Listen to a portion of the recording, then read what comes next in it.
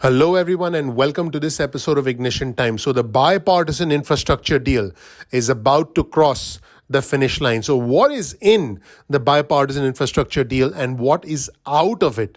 Let's take a look at exactly how the bipartisan plan actually eliminates some aspects of the original proposal, the $2.6 trillion proposal from President Biden. Welcome to our channel, everyone. My name is Dr. Chhoda with Ignition Time. I appreciate you visiting our channel. Please click like, please subscribe, please enable notifications. That would be greatly appreciated. Let's just jump right in. Here's an article on your screen from the New York Times. The infrastructure plan, what's in and what's out. Let's start by taking a look at the original proposal, the $2.6 trillion proposal. You can see on your screen the entire original proposal, which again was $2.6 trillion. Well, guess what? A significant portion of that proposal was scaled back to get to the bipartisan plan. But I want you to know that the Democrats will end up doing a reconciliation plan that includes many other aspects of the original proposal. Now, let's click on the bipartisan plan component, the $550 billion component, and you'll see how it's significantly scaled back on the original proposal. You can see that the spending proposal on research and development and manufacturing, housing, schools and buildings, home and community-based care, clean energy tax credits, all of these were completely eliminated in the bipartisan plan. In fact, I'm going to go ahead and click on the original proposal once again, and you can see this was the original proposal. And now I'll go ahead and click on the $550 billion plan, and bam, a significant portion of the plan is gone. And now there is spending for roads and bridges, for railways, for airports, for road safety, public transit. But again, let's compare the $2.6 trillion plan on your screen right now. That's the whole plan. As you can see, roads and bridges, $154 billion, public transit, $77 billion, electric vehicles, $157 billion, clean energy tax credits, $363 billion. And in the bipartisan plan, bam, clean energy tax credits gone. Roads and bridges, $110 billion, railways, $66 billion, public transit, $39 billion, electric vehicles, $15 billion. So you can see that the infrastructure bill is large. It does call for new federal spending of $550 billion, but the bipartisan deal is less than a quarter of the size of the $2.6 trillion plan that President Biden originally proposed in March, which included $2.2 trillion in spending and around $400 billion in tax credits. It's also significantly smaller than the counteroffer that the White House had proposed back in May, which scaled back approximately $500 billion, and it did leave out many of the biggest ambitions from the Democrats. Now, I do want to be clear, the Democrats have also put forward a $3.5 trillion budget proposal that they intend to pass through budget reconciliation. So, there were 6 major areas in President Biden's original infrastructure plan. These 6 areas included transportation, utilities, pollution, innovation, in-home care, and buildings. Now, almost all of these areas were scaled back or eliminated in the bipartisan plan, with just one exception: pollution cleanup. So, what got left out? Now, let's take a look at the original proposal. And you can see that in the original proposal, research and development and manufacturing had $566 billion. Housing, schools and buildings had $387 billion. Home and community-based care had $400 billion. And clean energy tax credits had $363 billion. So what happened in the bipartisan plan? All of that, boom, gone. Completely eliminated in the bipartisan plan. So these are the 3 major areas of President Biden's original proposal that were not included in the bipartisan plan. I'm talking buildings, in-home care, and innovation. The bipartisan plan also left out, like I said, $363 billion in clean energy tax credits. So all of these things were left out of the bipartisan proposal. So what actually shrank? Let's take a look at the original proposal, and you can see in the original proposal, roads and bridges, $154 billion. I mentioned that earlier. Power infrastructure, $82 billion. Broadband, $100 billion. And water infrastructure, $111 billion. Public transit, something that affects most of us who use public transit to commute to work, that accounted for $77 billion. Road safety, $19 billion. Railways, $74 billion. Electric vehicles, $157 billion. So what's in the bipartisan plan? Bam, a significant reduction. Electric vehicles, well, not so much.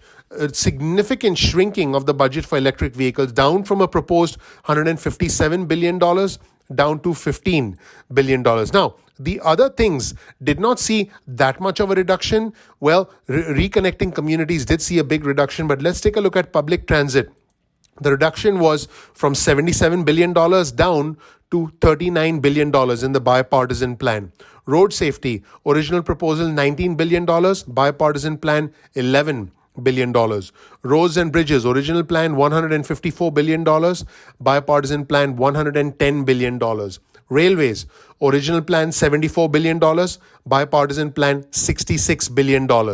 Power infrastructure, $82 billion original proposal, in the bipartisan plan $73 billion. Not a huge reduction there, which is encouraging. Broadband, $100 billion requested, $65 billion for broadband in the bipartisan proposal. Water infrastructure, $111 billion requested and $55 billion in the bipartisan plan. Now, the things that really jump out at me are the transportation funding, which did fall by $263 billion compared with the original proposal. The biggest change was in the area of electric vehicle adoption, which shrank by $142 billion or 90%. Now, there was another area with a huge drop in funding, reconnecting communities that have been separated by or disconnected from major highways and bridges. Funding for reconnecting those communities, typically communities of color, fell all the way from $24 billion down to just $1 billion. Utilities, that funding fell by $463 billion, including a $363 billion cut in clean energy tax credits. Also, the budget for water infrastructure, which includes the president's plan to replace all of the nation's lead pipes, was cut in half, down from $111 billion suggested, down to $55 billion in the bipartisan infrastructure plan. Now, what actually got bigger or stayed the same? Let's take a look at the original proposal. Cleaning up abandoned wells and mines, $16 billion. Airports, $25 billion. Ports and waterways, $17 billion. Resiliency and water shortage, $50 billion. In the bipartisan plan, almost all of this stayed the same. I guess the next time you go to an airport, you're going to see a much nicer airport. So that is basically what's happening. Now, in summary, let's take a look at the original proposal and compare it with the bipartisan plan once again. Here's the original proposal on your screen with all the colors representing the different areas of spending under the original proposal. And now let's switch to the bipartisan plan, which shrinks a significant portion of all of those areas. Overall, the bipartisan plan is focusing spending on transportation, utilities, and pollution cleanup. It's pulling back spending. It's restricting spending on clean energy and electric vehicle adoption, and it's eliminating spending on innovation, buildings, and in-home care. The proponents of the bipartisan plan are saying that it focuses on core infrastructure, and critics are pointing out that it leaves out major components that could address climate change, healthcare, and racial inequity. Let me know if you think this is a missed opportunity. I believe that in many ways this is indeed a missed opportunity because we could have used this to make a generational change in our infrastructure. I do believe massive spending is needed on renewable energy, especially electric vehicle infrastructure and clean energy tax credits, so that businesses are more inclined to pursue clean energy policies. We are in the middle of climate change. We are in the middle of a worldwide pandemic, which is still not behind us. And I think now is the time to address most of our infrastructure needs. We probably don't need everything that President Biden recommended, but we do not need to scale it back to the extent that it is currently being scaled back. I believe this is a once-in-a-generation opportunity for us to make a huge change and a permanent change in our infrastructure. Let me know what you think in the comment section below. Please click the like button. Please subscribe. Please enable notifications. Thank you so much for watching. My name is Dr. Nitin Chhoda with Ignition Time. This right here is a little bit of information about me.